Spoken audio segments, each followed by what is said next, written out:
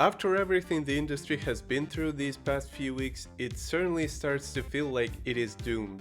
Just when you thought that things can get worse, ID Software gets gutted, Obsidian gets pushed from its own projects and toward making yet another Fallout game, Ubisoft lays people off after what looks like the most successful Assassin's Creed launch in years, and executives responsible for all that, well, they're being asked to advise government agencies on productivity. At this point, it doesn't look like bad games are killing studios. It feels like people making good games are being treated as disposable at best.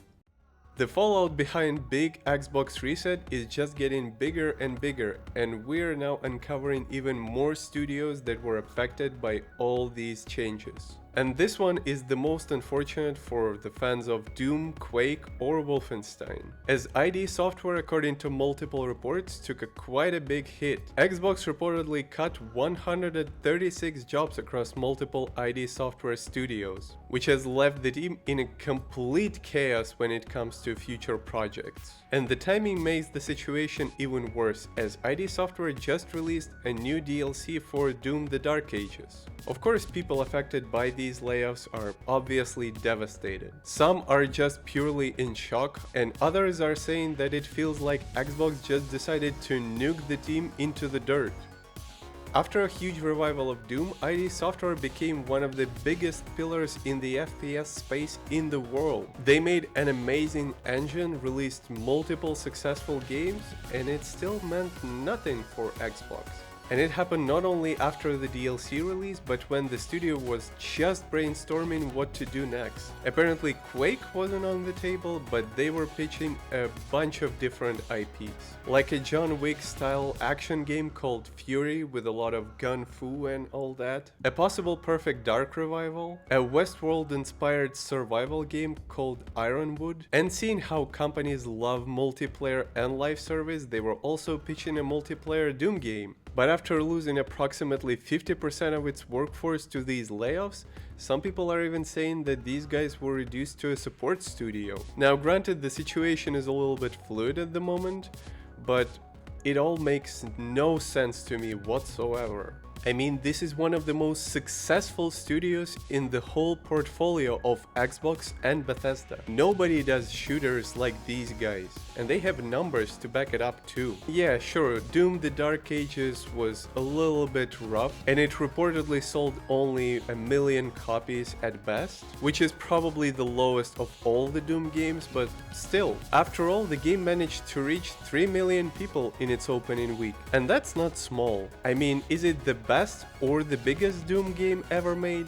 No, but 3 million people in 1 week. It just gotta count for something. And all things considered, I can understand a lot of things about Xbox right now. Like, I can understand why they decided to cut loose Ninja Theory, Undead Labs, and all the rest. I mean, they don't want to do any more unique games, they don't want to do niche games. All that I can understand, sure. Fine, whatever. I mean, I'm not saying that these teams aren't talented, they clearly are, but I always felt like ID Software was kind of in a next league. At this point, it feels like if Xbox wants to shut you down, no amount of prestige, skills, talent, and results is going to save you. I mean, I still don't understand how Doom didn't make it to their selected higher priority projects list or whatever. And I don't know if anyone at Xbox heard about this thing called overcorrection, but someone should probably explain it to them and tell them it's not a good idea. And ID Software is not the only studio unfortunately dealing with the Xbox reset aftermath. Obsidian Entertainment also was hit by Microsoft's shifting priorities. With Obsidian, the layoffs are not as harsh as with ID Software, but according to Bloomberg, they still lost at least a quarter of their workforce. And on top of that, Xbox also cancelled a bunch of their upcoming projects that were well under development. The biggest of them all was the sequel to Avowed, but they also cancelled a bunch of other unannounced projects. And they said that instead of those, Obsidian will be focused on making yet another Fallout game. The studio is reportedly working alongside Bethesda to figure out what exactly it's going to be, but we do know that it's going to be led by Josh Sawyer. And the funny thing is that Sawyer was actually working on a different game that was at least structurally and thematically similar to Fallout, but was not in the same universe. So once again, we're seeing a talented studio being pushed away from their ideas and toward the biggest Xbox franchises. Of course, it makes sense to a degree because Obsidian already made Fallout New Vegas and they have experience with the IP, they know the world, they know how it works. But that's also what makes this thing so goddamn frustrating, because we already have multiple Fallout projects in the works, and Obsidian has a lot of other profitable IPs. IPs that people actually care about, like Avowed, like Grounded, like the Outer Wilds. I mean, none of those games were perfect, just to be clear, but they all had something unique to offer. And let's be honest, there is nothing unique about Fallout at this point. I mean, even if they make 100 different games, they will all be about, well, mostly the same thing. But of course, if you're a shareholder and you're only looking at this from the perspective of a spreadsheet, I mean, there is no decision-making process here. Fallout is the bigger name, it's easier to market, and it already has a huge audience. It's just one little thing. Making more Fallout games does not automatically mean that all of them are going to be smashing hits. Of course, big name can help, but it does not guarantee quality, it does not guarantee any sales, and it definitely does not guarantee that fans will just keep showing up every single time. To make these games work, they will need diversity in terms of experience, gameplay, story, and most importantly, they will need people who know how to work with these IPs. And I know I keep sounding like a broken record, but a lot of these people have huge institutional knowledge that is not easily replaced. So yeah, I mean, Fallout is less riskier than Avowed, and Obsidian has experience with them, but we've seen times and times again when a big name does not equal permanent commercial success. And if this project is anything less than a breakout commercial hit, I genuinely worry that Obsidian Entertainment might be next in line after Ninja Theory and all the other studios that already left. And while we're on the subject of commercial success not meaning anything, it's time for Ubisoft to enter a conversation. Because after the release of Black Flag Resynced, some of Ubisoft's employees will be celebrating by updating their resumes. According to multiple sources, Ubisoft recently decided to lay off 51 employees from its Barcelona studio. And the worst part of it all, some of these people were part of the team who actually made this new Assassin's Creed. And from what we know so far, the game is doing pretty well for itself. I mean, I'm not sure if you saw everything that's going on YouTube or Twitch or any other social media, but everybody is talking about Black Flag. And if we're talking about the numbers, the game already reached more than 100,000 concurrent players on Steam alone. Ubisoft already is saying that the game sold more than 2 million copies. And to add to all that, there are positive reviews across multiple outlets. And it also looks like the mood inside Ubisoft is quite positive, and everybody is thinking that the game was a success. And yet, after all that, we're still facing the layoffs. I mean, I'm getting pretty tired about all this. We know at this point that Ubisoft is pretty much a synonym for layoffs and project cancellations and restructuring, all that, as they've been going through this motion for the last, I don't know, a year, 2 years already. But this right here is one of the biggest problems in the industry right now. And again, we've been talking for a while about it. Right after the pandemic boom ended, the whole industry was thrown into chaos. But somehow the situation still keeps getting more and more ridiculous, which is especially hurtful for a person who actually works in this industry. I mean, you're in no win situation. You can make a great game that will make millions of dollars and earn your company a huge reputation boost. And it still means nothing. Now, I'm sure that the company will say that the success of this game and these layoffs have nothing to do with each other, but come on, really? I understand that Ubisoft tries to recover after reporting major operating losses, and I understand the process of restructuring. It's always painful, hard, and long. But at some point, you've got to ask yourself a very simple question. How can a company that makes video games can't get out from under if it keeps cutting people who make great video games. Maybe it will look good on a quarterly report or some sort of executive presentation. But what about after? What happens when it's time to make the next game and you want it to be just as successful as the previous one, but you just fired everybody who knew how to actually do that? I mean, am I crazy or this doesn't make sense to you either? Because right now it feels like shoot yourself in the foot repeatedly was the main lesson at the latest Games Executive Workshop, and apparently both Xbox and Ubisoft were paying very close attention. As if Dragon Age fans needed more bad news, it looks like we might never see the next game in this franchise. Or at least not while EA is in charge. PC Gamer recently talked with David Gaider, a former BioWare developer who was lead writer on Dragon Age Origins, Dragon Age 2, and Inquisition. And he shared some pretty interesting behind-the-scenes stuff. Apparently, according to him, Dragon Age was always one bad move away from being shelved entirely. He said that during his time in BioWare, the franchise was always hanging by a thread. But every time the team would just release a new game, it would do much better than the executives anticipated, and they were given a get-out-of-jail-free card. That was until the Veilguard, which apparently failed according to EA's CEO because it didn't have a lot of live service features.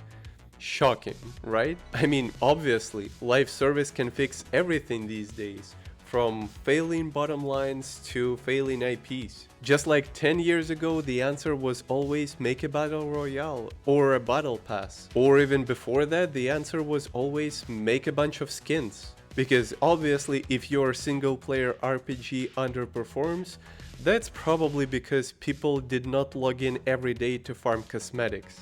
But I digress. According to Gaider, Mass Effect was actually the star child of EA and BioWare. It was this slick modern action RPG that they thought they could sell just easily. Dragon Age, on the other hand, always felt old-fashioned. Too traditional, too story-focused, kind of like a weird accident that just kept working somehow.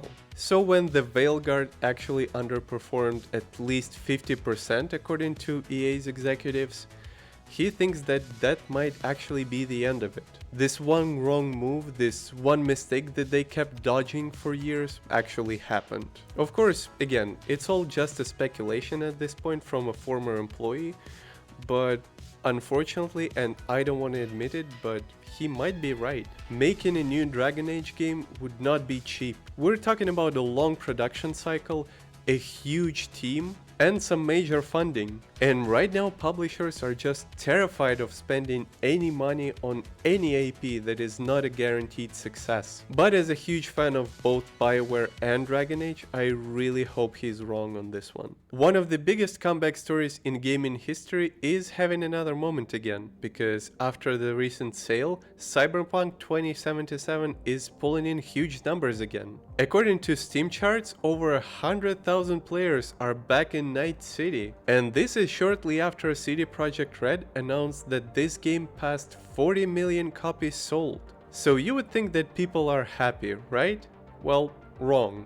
People are actually quite upset with CD Projekt Red at the moment. And the reason behind all of this is actually Witcher 3. Specifically because CD Projekt Red has already said multiple times that after Phantom Liberty, they are not planning to do any more DLCs or story expansions for the game. Their main focus is only on The Witcher 4, with only a small team beginning to think about the sequel for Cyberpunk 2077. But then a few months ago they announced a new DLC for The Witcher 3 after 10 years of this game being kind of dormant. And that kind of reopened some old wounds for Cyberpunk fans. Now everybody is saying all across social media that if CD Projekt Red could return to The Witcher 3, why not Cyberpunk? Everybody is saying that they would buy a new DLC in a heartbeat. And I mean, I'm right there with them. But I don't think it's the right time. I mean, in fact, I think Cyberpunk DLC will happen, just not right now. And here's how I see it. Right now, CD Projekt Red needs all the eyes on The Witcher. With The Witcher 4 on the horizon, they want to reel people in with The Witcher 3 DLC to get people talking, to warm them up, and with the marketing campaign that surely is going to follow the DLC release, they want to keep everybody prepped and warm before Witcher 4 actually arrives. That's at least how their marketing strategy looks to me. And it makes no sense to make a Cyberpunk DLC right now. I mean, it would make money, sure, but it would split the attention of players from Witcher to Cyberpunk. And that's not what they want. The smarter move would be to wait till The Witcher 4 is kind of done and dusted, and then do the same thing to Cyberpunk.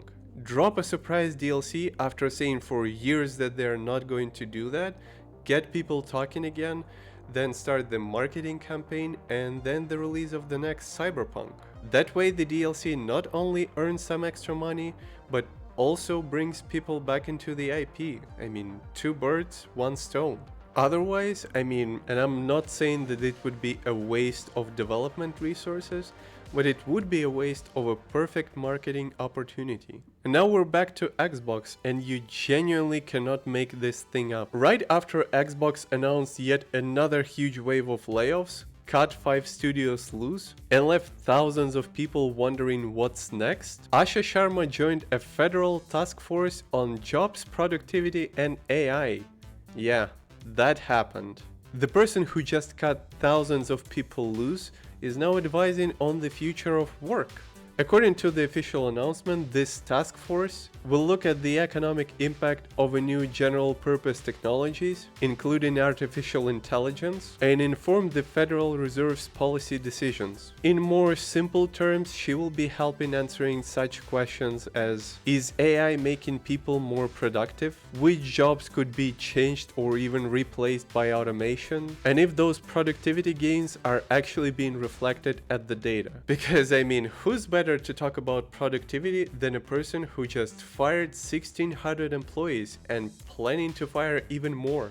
Honestly, it feels like adding insult to injury, and the entire thing is just very confusing. I mean, maybe this appointment helps Xbox and Microsoft from kind of reputational standpoint. Maybe it makes the company look a little better and more involved in the big economic conversations around AI and the future. But on the other hand, isn't her job is just fixing Xbox? You know, like shipping games, increasing console demand, and making their portfolio a little bit less of a mess? And this happened just right after she said that at least 2 big studios are going to report directly to her. So she has that, plus her normal job, plus running the entire Xbox. Honestly, I didn't know that running Xbox was such a breeze that you can pick up side gigs along the way. Because if you asked me, with a company that's in a state that Xbox is right now, I would not be taking on anything else. Even if it's just some low-effort consultancy thing, which I'm guessing it probably isn't. And that's all I have for you guys so far. Let me know what you think about all these layoffs at ID Software. What are your thoughts on Obsidian making yet another Fallout game instead of Avowed 2? And if you're as upset as I am about the situation at Ubisoft. As usual, if you want to know more, all links are down below. And of course, clicking the like button helps this channel a lot, and I personally highly appreciate it. Thank you for making it this far. And with that, Alex is signing off for today. Cheers!